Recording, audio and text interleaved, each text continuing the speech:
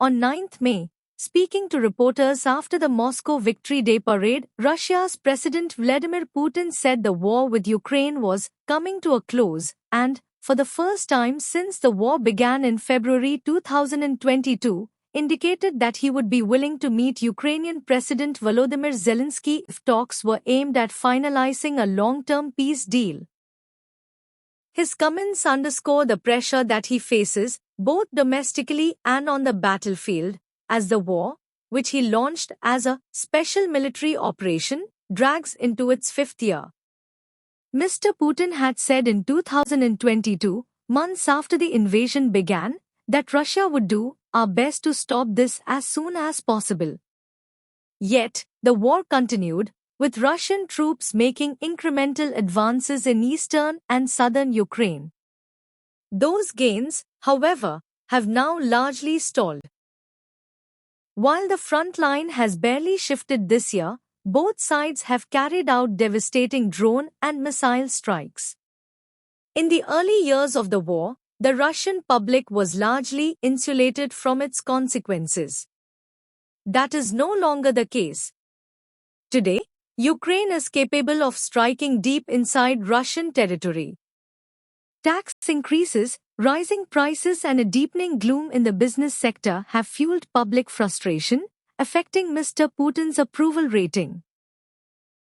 At the same time, hardline nationalist sections are demanding a more forceful response to Ukraine's attacks, adding to the pressure on the Kremlin.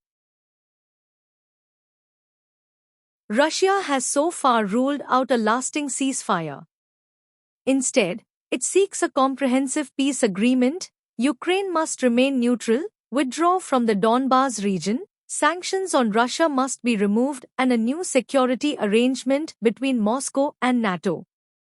While Russia has genuine security concerns, amplified by NATO's unchecked eastward expansion, clinging to maximalist demands while fighting a seemingly endless war will not make Russia stronger. Mr. Putin launched the war expecting a swift victory. His forces have captured over 20% of Ukrainian territory, but at a tremendous cost. It is time that he shifted focus from continuing a war with no clear endpoint to finding a path to peace. Ukraine has demonstrated that it can withstand an invasion by a great power.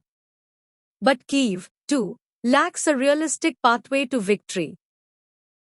Russia, despite mounting challenges, retains the military capacity to inflict greater damage, and if the war drags on, Kyiv risks losing more territory.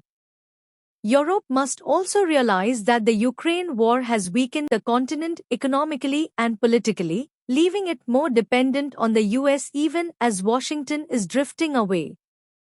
The 4+ years have shown that there is no military solution to this conflict. What is needed instead is a serious push by all sides toward a negotiated settlement. 9 मई को Moscow में विजय दिवस parade के बाद पत्रकारों से बातचीत में रूस के राष्ट्रपति व्लादिमीर पुतिन ने कहा कि यूक्रेन के साथ युद्ध समाप्ति की ओर बढ़ रहा है और युद्ध फरवरी 2022 में शुरू होने के बाद पहली बार संकेत दिया कि यदि बातचीत का उद्देश्य दीर्घकालिक शांति समझौते को अंतिम रूप देना हो, तो वह यूक्रेनी राष्ट्रपति वोलोदिमिर ज़ेलेंस्की से मिलने को तैयार हैं। उनकी ये टिप्पणी इस बात को रेखांकित करती है कि युद्ध, जिसे उन्होंने विशेष सैन्य अभियान के रूप में शुरू किया था, अब 5वें वर्ष में प्रवेश कर चुका है, जिससे उन्हें घरेलू स्तर पर और युद्धभूमि दोनों पर दबाव का सामना करना पड़ रहा है। श्री पुतिन ने 2022 में आक्रमण शुरू होने के कुछ महीनों बाद कहा था कि रूस इसे यथासंभव शीघ्र रोकने के लिए अपना सर्वश्रेष्ठ प्रयास करेगा। लेकिन युद्ध जारी रहा और रूसी सेनाओं ने पूर्वी और दक्षिणी यूक्रेन में क्रमिक प्रगति की। हालांकि ये उपलब्धियां अब लगभग ठहर चुकी हैं। इस वर्ष मोर्चे पर लगभग कोई बदलाव नहीं हुआ है, लेकिन दोनों पक्षों ने भीषण ड्रोन और मिसाइल हमले किए हैं। युद्ध के शुरुआती वर्षों में रूसी जनता को इसके परिणामों से काफी हद तक अलग रखा गया था। अब ऐसा नहीं है। आज यूक्रेन रूस के भीतर गहरे इलाकों तक हमले करने में सक्षम है। करों में बढ़ोतरी, बढ़ती महंगाई और व्यापार जगत में गहराते निराशा ने जन असंतोष को बढ़ाया है, जिससे श्री पुतिन की स्वीकृति दर प्रभावित हो रही है। इसी समय कट्टर राष्ट्रवादी वर्ग यूक्रेन के हमलों के प्रति और अधिक कठोर प्रतिक्रिया की मांग कर रहे हैं, जिससे क्रेमलिन पर दबाव और बढ़ गया है।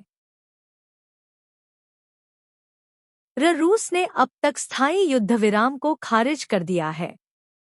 इसके बजाय वह एक व्यापक शांति समझौता चाहता है। यूक्रेन को तटस्थ रहना होगा, डोनबास क्षेत्र से अपनी सेना हटानी होगी, रूस पर लगे प्रतिबंध हटाए जाने चाहिए और मॉस्को तथा नाटो के बीच एक नई सुरक्षा व्यवस्था बनाई जानी चाहिए।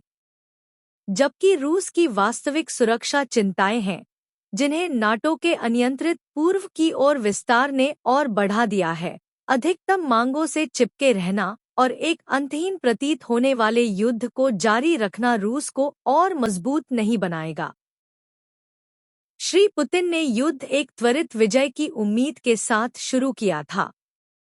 उनकी सेनाओं ने यूक्रेनी क्षेत्र के 20% से अधिक हिस्से पर कब्जा कर लिया है, लेकिन इसकी भारी कीमत चुकानी पड़ी है। अब समय आ गया है कि वे शट अंतहीन युद्ध को जारी रखने के बजाय शांति का मार्ग खोजने पर ध्यान केंद्रित करें।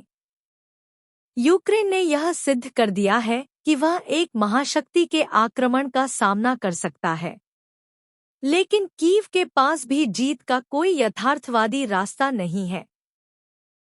रूस तमाम चुनौतियों के बावजूद अधिक क्षति पहुंचाने की सैन्य क्षमता रखता है, और यदि युद्ध लंबा खिंचता है तो कीव और अधिक क्षेत्र खोने का जोखिम उठाता है।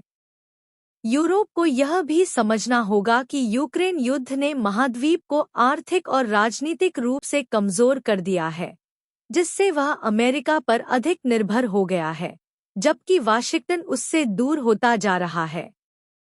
पिछले 4 से अधिक वर्षों ने यह स्पष्ट कर दिया है कि इस संघर्ष का कोई सैन्य समाधान नहीं है। आवश्यकता है कि सभी पक्ष मिलकर एक गंभीर प्रयास करें और बातचीत के माध्यम से समाधान निकालें।